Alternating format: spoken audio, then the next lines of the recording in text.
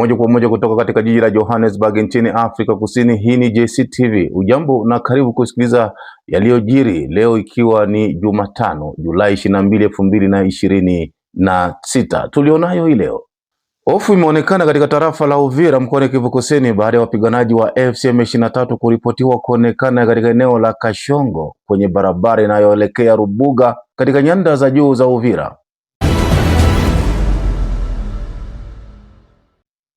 Waasi wa FCM 23 wamechukua udhibiti wa kijiji cha Angole katika tarafa la Fizi mkoani Kivu Kusini na sasa wanatishia kuingia mji wa Lusenda.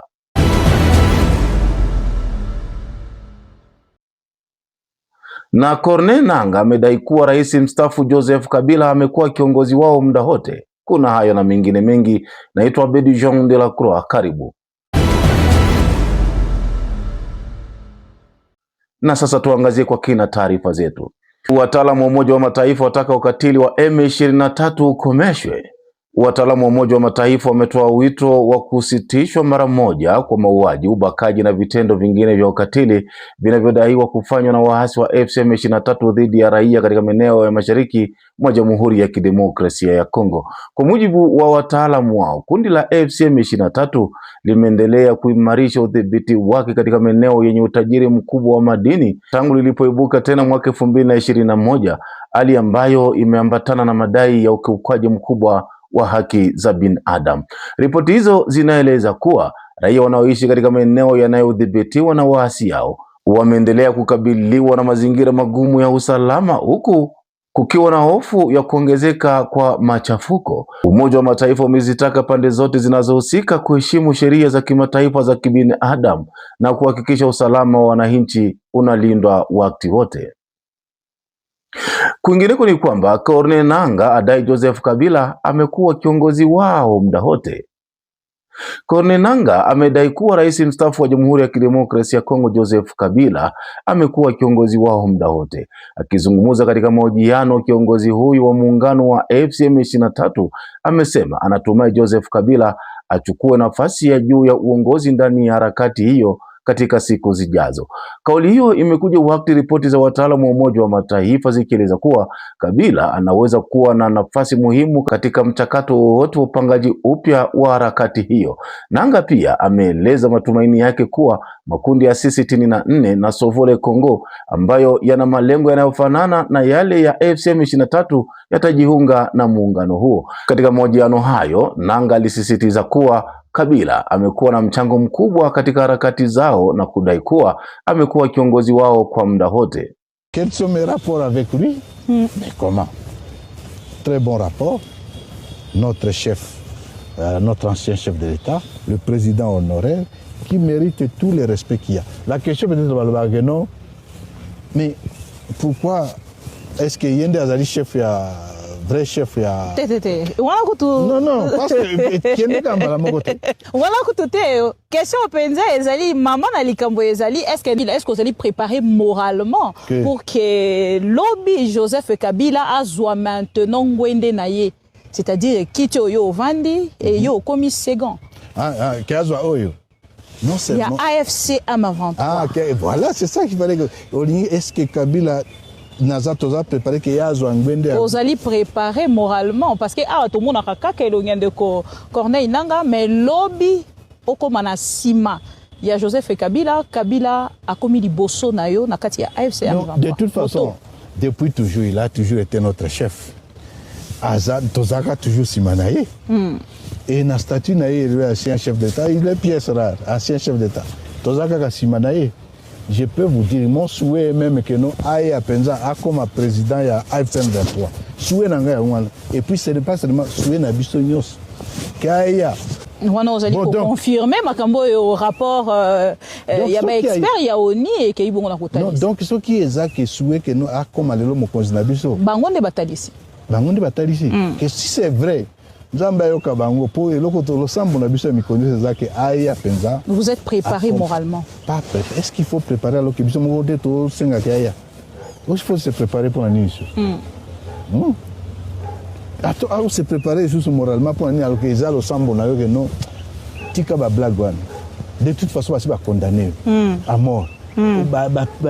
basombi ba sanction contre yo na makambo eza yango. Mais notre souhait ezaki aya poto kembango su poto bongisa mboka poto unir pays. Donc le souhait que non aya non seulement yé mais aya na batu nyonso ezala ba sauvons la République démocratique du Congo. Non ça journaliste. Ah, je no kala journaliste. Journaliste kaka na ngene ko. Souci na ngeza ke ezala sauvons la RDC. Ezala même les loba baza kuna ba C64. Ezala ba FCC, PPRD. Venez, vous n'avez pas de place là. Notre souhait est à la président Kabila que aya 6 fois zo même kitio yaye je te kufanda pembeni na to continue non seulement yé mais batunyoso mama Olive batunyoso batunyoso baza ko subir injustice.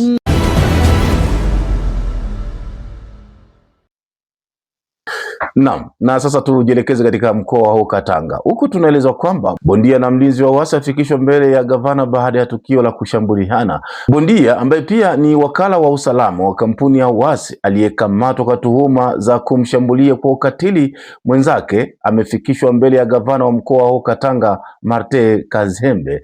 Hatua hiyo imekuja baada ya video ya tukio hilo kusambaa kwa kasi kabisa katika mitandao ya kijamii ikimuonesha mtuhumiwa akimpiga mwenzake kwa nguvu na kusababisha hisia kali kwa wananchi. Mamlaka za mkoa zilisema mtuhumiwa huyo hakukamatwa peke yake, kwani mtu mwingine anayeshukiwa kuhusika katika vitendo vya aina hiyo pia alitiwa nguvuni. Mamlaka zimeahidi kuchukua hatua kali za kisheria dhidi ya yeyote atakayebainika kuhusika na vitendo vya ukatili vinavyokiuka sheria za nchi. Mimi nitanguraka kumuonesha nina kuandaa makazi. Mimi supervisor ule alipeleka kama magharibi. Mimi namwambia mimi nakwenda makazi. Anaria sema pana chef njoo kazi na kazi ni kunayo. Parce que mimi niko supervisor numero 3. Yeye ni supervisor numero 2. Society. Sasa pale mimi namwambia mimi nafanya nini? Mimi nakwenda makazi. Anaria hapana nini chef c'est difficile mnyandame ko parce que kama mnanyandama njoo kazi na kazi ni kunayo. Itakuwa nguvu. Nasema no, mimi sina na kufanya. Ifo tufanye nini? Kukuandama. Anasema hapana, mimi hivyo unanipika kwa tamfimbo. Kwa kuandama pale ile mbele bule bushiku pale barambamba kama mbebaka mimi namoka kupiru. Usibuhi mimi naanza tena umanjikia letter je kusema kibafanya. Sege ndio alilomba mpige fimbo kwa mheshimiwa ndani. Ndio. Na ule Argentina leo ngari natumika. Ngari unatumika. Ndio. Jumbe mpinga fimbo. Alipikiwa haka tu fimbo, anarudia pale kazi. Sege reglement yenu ya societe yenu ina permettre kupiga watu fimbo. Au kubaboxe. Concernant nani ya kupika, c'est parce que le chef avait dit kama mtu anafanya kitu il faut kufanya kumpika. Mais mimi nikatalaka. Chef gani? Lenyo Christian. Lenyo Christian. Vous pouvez pousser un peu ça. Il a cité là. Oui. Sasa mimi mwanishaka ifoni kwa ndani tu. Ya moye mwana anaria kusema Nevo nipige tu filmu kuiandama mtumike kazi. Tina leo ngari msosiete na tumika. Muko maison de gardiennage ou soit muko wani?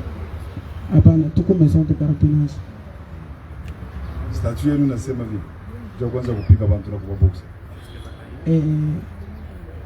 Parce que je suis somaka nini règlement d'ordre intérieur chez somaka fini.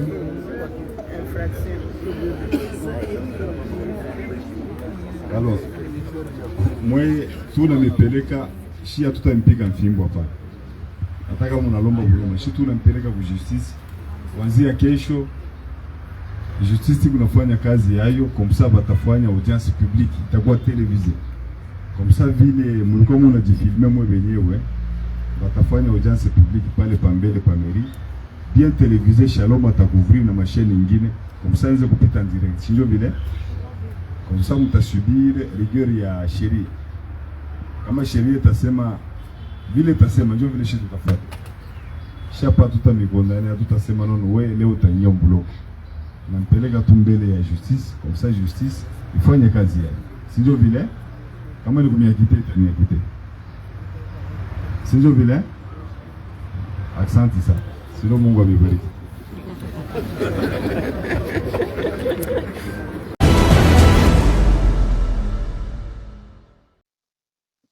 Na sasa tujielekeze moja kwa moja Gra Equateur. Ni kwamba familia yapinga dai la kuwa marehemu alikufa kwa Ebola. Mvutano umezuka katika kijiji cha Ekela, eneo la Gra Equateur, baada ya wauguzi kudai kuwa mtu aliyefariki dunia katika kijiji hicho alikufa kutokana na ugonjwa wa Ebola. Familia ya marehemu imepinga madai hayo na kueleza kutoridhishwa na hitimisho lililotolewa na wahudumu au wa afya.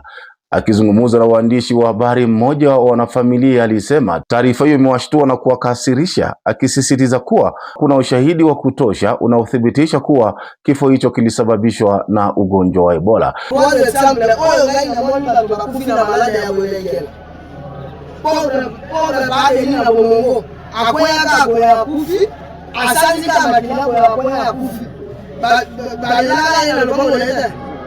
Papa anajana na katicha fa nani patos akufa kama boya akwenda anatoka bado kama jana kwa sasa madilaka akufa kama ile.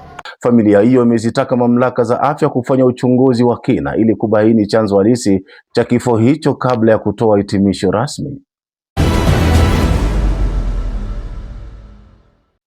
Tunaendelea kukusogezea taarifa zetu. Waasi wa FCM23 wateka kijiji cha Angole, watishia kuivamia Lusenda. Waasi wa FCM23 wamechukua udhibiti wa kijiji cha Angole katika tarafa la Fizi mkoani Kivu Kusini na sasa wanaripotiwa kusonga mbele kuelekea mji wa Lusenda. Mapigano makali yalizoka Julai 20 kati ya jeshi la Jamhuri ya Kidemokrasia ya Kongo kwa kushirikiana na wapiganaji wa wazalendo dhidi ya waasi hao na washirika wao katika nyanda za juu za Fizi. Kwa mujibu wa vyanzo vya ndani, waasi walifanikiwa kuteka makutano muhimu yanayounganisha maeneo ya Pwenzero, Angole na Mulima, jambo lililowapa faida ya kimkakati katika operesheni zao. Kufikia Julai 22 kwa maana ya leo, kijiji cha Angole kilikuwa tayari chini ya udhibiti kamili kabisa wa FCM23. Taarifa zaidi zinaeleza kuwa waasi wanaendelea kuelekea maeneo ya Nehele na Ilumbe wakilenga kuteka mji wa Lusenda ulioko takriban kilomita 24 kaskazini mwa mji wa Baraka. Wachambuzi wa masuala ya usalama wanaonya kuwa iwapo Lusenda itaangukia mikononi mwa waasi wa FCM23, barabara muhimu ya Uvira Baraka inaweza kukatwa na kuathiri shughuli za kijeshi na usafiri katika eneo hilo. Hofu yaongezeka Uvira baada ya waasi wa FCM23 kuonekana Kashongo. Hofu imeongezeka katika tarafa la Uvira mkoani Kivu Kusini baada ya waasi wa FCM23 kuripotiwa kuonekana katika eneo la Kashongo kwenye barabara inayoelekea Rubuga. Kwa mujibu wa vyanzo vya ndani, kundi kubwa la waasi hao lilionekana asubuhi ya Julai 22 likielekea Lemera, makao makuu ya utawala wa jadi wa Bafuliro. Vyanzo hivyo vinasema sehemu kubwa ya nyanda za juu na kati katika tarafa za Uvira na Fizi bado ziko chini ya ushawishi wa waasi hao ambao wanaendelea kufanya harakati katika maeneo hayo. Hali hiyo imezua hofu kubwa miongoni mwa wakazi wa Uvira, maeneo ya jirani pamoja na bonde la Mto Ruzizi, huku wengi wakihofia kusambaa kwa mapigano katika maeneo ambayo hapo awali yalikuwa salama. Hata hivyo, afisa mmoja wa jeshi la Jamhuri ya Kidemokrasia ya Kongo amesema vikosi vya serikali vimejiandaa kukabiliana na hali yoyote itakayojitokeza na kwamba hatua ya kuimarisha usalama wa mji wa Uvira zimechukuliwa. Na mwishowe, kundi la Benki ya Maendeleo ya Afrika limetoa ruzuku ya dola za Marekani milioni 13 kusaidia kukabiliana na mlipuko wa ugonjwa wa Ebola na kuimarisha hatua za kuzuia kuenea kwake katika Jamhuri ya Kidemokrasia ya Kongo, Sudani Kusini na Uganda. Jeremia Sani Kiawere na ripoti kamili. Kulingana na taarifa kwa vyombo vya habari nchini Jamhuri ya Kidemokrasia ya Kongo kutoka Benki Kuu la Maendeleo ya Afrika iliyopokelewa na idhaa hii ya Kiswahili, bahasha kuu inajumuisha mchango wa dola milioni 10 kutoka upagaji upya wa rasilimali kutoka Wizara ya Kidemokrasia ya Kongo. Mchango huu umepokeleaji na raia wa mkoa ya Kivu ya Kaskazini, Ituri na maeneo mengine.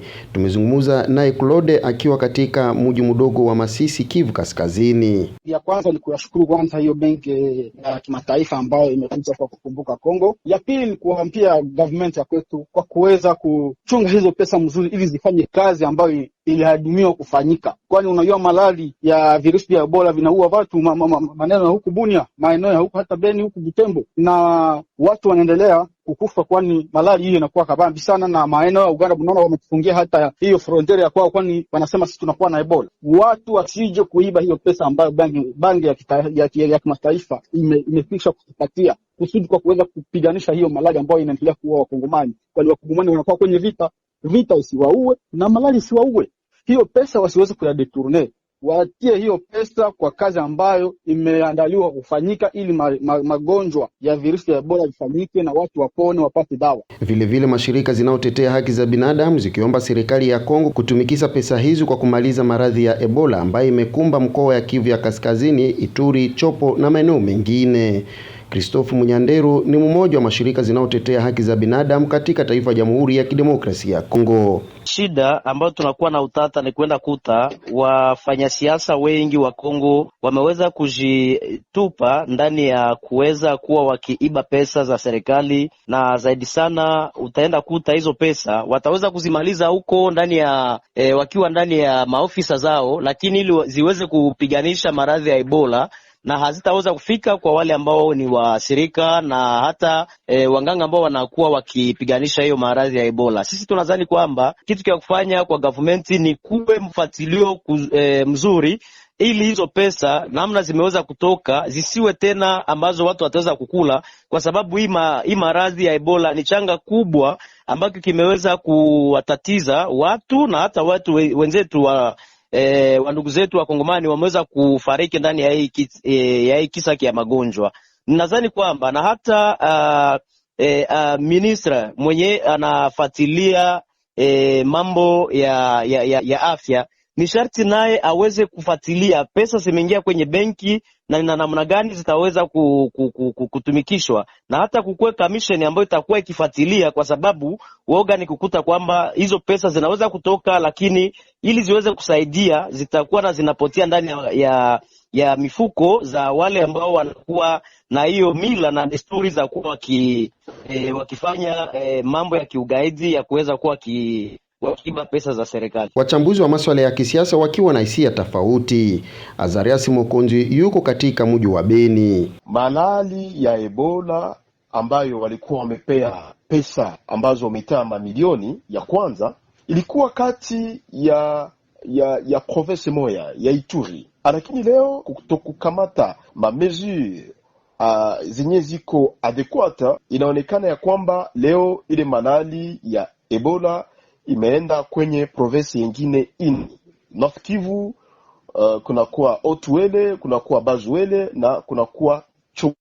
Watu wanaendelea kukufa na tunaona ya kwamba pesa na riposte wanaitia katika malali kwenye province moja ya Ituri, lakini zingine ma province hatuone kabisa ile sensibilisation kuangalia namna banaweza kuriposte ile malali.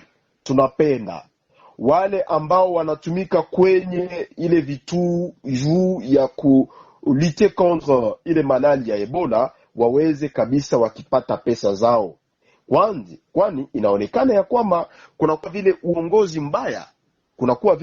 mbaya, kusema mauvaise gouvernance. Inaacha leo watu ambao wanaweza watu wanaoshughulikia wagonjwa hawapati pesa, wanaenda wakafanya yenye tunaita mamarche, manifestation. Ile inaleta ingine méfiance kati ya population na wale ambao certainement wanaweza wakifanya batu bapate solution kwa ile situation ya malali. Wakati wataweza wakifanya gouvernance ya mzuri, ile pesa wakiitumizia mzuri ikafikia wale ambao wanatumika, mimi nawaza itaweza ikasaidia kupeleka malali mbali. Kumbuka kwamba tangu kuripuka kwa Ebola nchini Jamhuri ya Kidemokrasia ya Kongo, watu wengi wamefariki dunia na wengine kuambukizwa baada ya kukutana na mtu ambaye anaugua maradhi hii ya Ebola, ikiwa tishio kwa sasa kwa maisha ya wananchi wa Kongo, pia na wale wanaoishi mashariki mwa Jamhuri ya Kidemokrasia ya Kongo. Raia wa mashariki mwa DRC wakumbana na ugonjwa wa virusi vya Ebola, pia na mauaji yanayoendeshwa na watu wanaozaniwa kuwa ADF. Jeremy Asani Kiawere, GCTV Beni. Na ni kwa ripoti ya Jeremy Asani Kiawere ndo tunatamatisha matangazo yetu ya leo. Tukutane wakati mwingine panapo majaliwa ya Mwenyezi Mungu. Naitwa Bedi Jean de la Croix. Alamsiki.